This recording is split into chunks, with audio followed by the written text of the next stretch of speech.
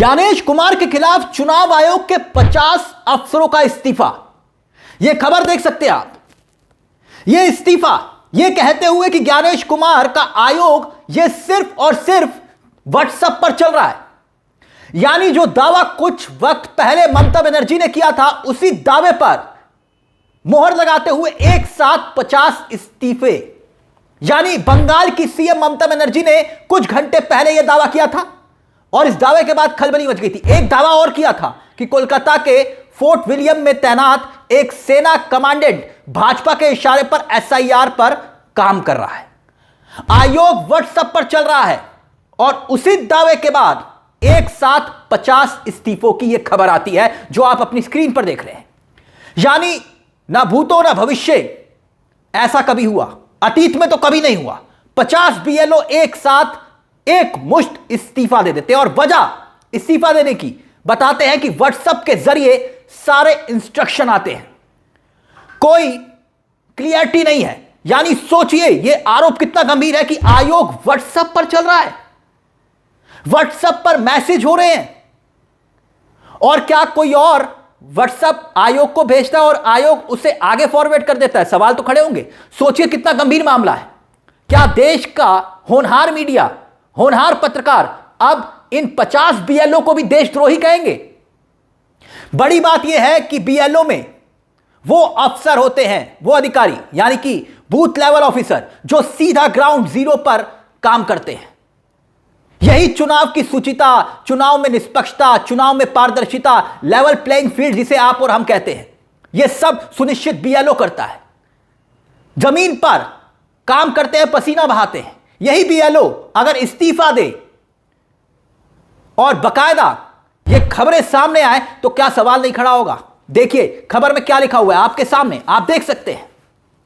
इस खबर को अगर समझे तो इस खबर के जरिए आप कई सवाल सामने लाकर खड़ा कर सकते हैं कि कैसे 3000, अभी कुछ वक्त पहले ये सामने खबर आई थी ना, 3000 एसआईआर फॉर्म के साथ 2 गाड़ियां पकड़ी जाती हैं और दोनों भाजपाई उसमें से निकलते हैं।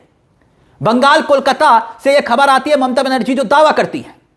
अब यह खबर आ जाती है कि 50 बीएलओ ने अपने पद से इस्तीफा दे दिया। बीएलओ का आरोप कि चुनाव आयोग की ओर से बिना किसी साफ और ठोस दिशा निर्देशों के बार बार व्हाट्सएप के जरिए बदलते हुए आदेश भेजे जा रहे हैं।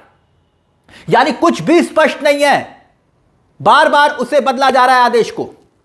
पहले कहा गया था कि सिर्फ फॉर्म भराने से प्रक्रिया पूरी हो जाएगी, लेकिन बाद में सुनवाई के नाम पर आम लोगों को बार बार फोन करके बुलाया जा रहा है। यह तो कई जगह हुआ ना, सेना के अधिकारियों तक को बुला लिया गया। यानी एसआईआर के नाम पर आम लोगों को परेशान किए जाने का आरोप लगाते हुए फरक्का ब्लॉक के सभी बूथ लेवल जितने थे एक मुश्त 100% इस्तीफा हुआ, यह खबर में लिखा हुआ है। और सभी बूथ लेवल ऑफिसर ने एक साथ सामूहिक इस्तीफा दिया है। यह इस्तीफा फरक्का ब्लॉक इलेक्शन ऑफिसर यानी कि ईआरओ को सौंप दिया गया है। बकायदा देखिए इस खबर को लेकर टीएमसी ने, आपकी स्क्रीन पर देखिए, टीएमसी ने यानी कि ममता बनर्जी की पार्टी ने भी बकायदा ट्वीट किया है और दावा यह किया था सब कुछ चुनाव आयोग में व्हाट्सएप पर चल रहा है। अंग्रेजी में लिखा हुआ है। कुल मिलाकर लब्बो लबाब यही है। और अब इस्तीफे हो गए बीएलओ के। अब यह खबर देखिए आपकी स्क्रीन पर। रिपोर्टर्स कलेक्टिव ने लगातार ऐसी ही खबरों को आपके सामने रखा है और बहुत शानदार रिपोर्टिंग कर रहे हैं इस वक्त रिपोर्टर कलेक्टिव। इन्होंने बहुत कुछ सिलसिलेवार तरीके से एसआईआर को लेकर परतें खोली हैं। बीएलओस ऑफिसर्स के हवाले से चुनाव आयोग का सॉफ्टवेयर वाला सच भी इसी रिपोर्टर्स कलेक्टिव की रिपोर्ट में सामने आया था। जो सॉफ्टवेयर का झोल था, कई बार हमने आपको वो खबर भी दिखाई। सॉफ्टवेयर से कैसे संदेह वाले वोटर्स के घंटे भर में करोड़ों वोटर्स को नोटिस जारी हो गया था, याद करिए। और रिपोर्टर्स कलेक्टिव की ही रिपोर्ट थी। अब उसने भी इस खबर में आप देख सकते हैं आपकी स्क्रीन पर दावा किया है कि व्हाट्सएप चुनाव आयोग का टॉप का वेस्ट बंगाल का अधिकारी जो स्टेट का अधिकारी है, उसको व्हाट्सएप पर एसआईआर के ऑर्डर भेजे जाते हैं। इस खबर में यही लिखा हुआ है। व्हाट्सएप पर सोचिए क्या व्यवस्था की गई है। कल्पना करके देखिए कि व्हाट्सएप से हमारे देश का लोकतंत्र चल रहा है, चुनाव आयोग चल रहा है व्हाट्सएप से। और व्हाट्सएप डेमोक्रेसी, दुनिया की यह पहली व्हाट्सएप डेमोक्रेसी जो है हमारी इंडिया बन गई व्हाट्सएप से। ये 50 बीएलओ इस्तीफा दे रहे हैं और ये बहुत कुछ बयान नहीं करता क्या? इससे पहले भी एक इस्तीफा हो चुका है चुनाव आयोग पर आरोप लगाते हुए, यूं ही याद कीजिए। और अब एक साथ ये 50 इस्तीफे होते हैं। ये खबर क्या बताती है? क्या ये खबर प्रमाण है कि भाई जो डबल इंजन की सरकारें जहां पर नहीं है, समझिएगा इस बात को, जहां अधिकारी चुपचाप आदेश का पालन कर रहे हैं डबल इंजन की सरकार में, यह ममता बनर्जी की सरकार है और केंद्र यहां चाहती है कि भाई हमारा सरकार बने तो डबल इंजन होगा। अब सोचिए, उसी खबर पर मैं आना चाहूंगा जिसमें ममता बनर्जी ने दावा किया कि भाई 3000 फॉर्म, 2 भाजपाई गिरफ्तार एसआईआर के फॉर्म, और अब यह आदेश। ममता बनर्जी ने यह भी दावा किया था ना कि भाई कोलकाता के फोर्ट विलियम में तैनात एक सेना कमांडेंट भाजपा के इशारे पर एसआईआर का काम कर रहा है और उसमें ज्ञानेश कुमार पर सवाल उठाए। सोचकर देखिए, इससे पहले क्या सेना के अफसर को लेकर इस कदर सामने बातें आई थी? नहीं ना। और अब याद कीजिए, इससे पहले भी कंप्यूटर जनरेटेड नोटिसेस जब आ रहे थे तो बंगाल कैडर के अधिकारियों ने, स्टेट कैडर के अधिकारियों ने, जो एसोसिएशन है उसका, उसने भी तो कहा था कि ये नोटिस कैसे इशू हो रहे हैं और ये संदिग्ध लोगों के नोटिस इशू करने के पीछे मतलब क्या है? नोटिस देने का काम तो बीएलओ का है, तो ये नोटिस आ कहां से रहे हैं? ये नोटिस डायरेक्ट कंप्यूटर से कैसे आ रहे हैं? तब पहली बार चुनाव आयोग ने यह माना था कि कुछ दिक्कत है सॉफ्टवेयर में और इस वजह से ऐसा हो रहा है। और अब ये इस्तीफे, और वो भी सामूहिक। और दूसरी बात जो अहम है, ये बंगाल है और हर राज्य की एक तासीर होती है।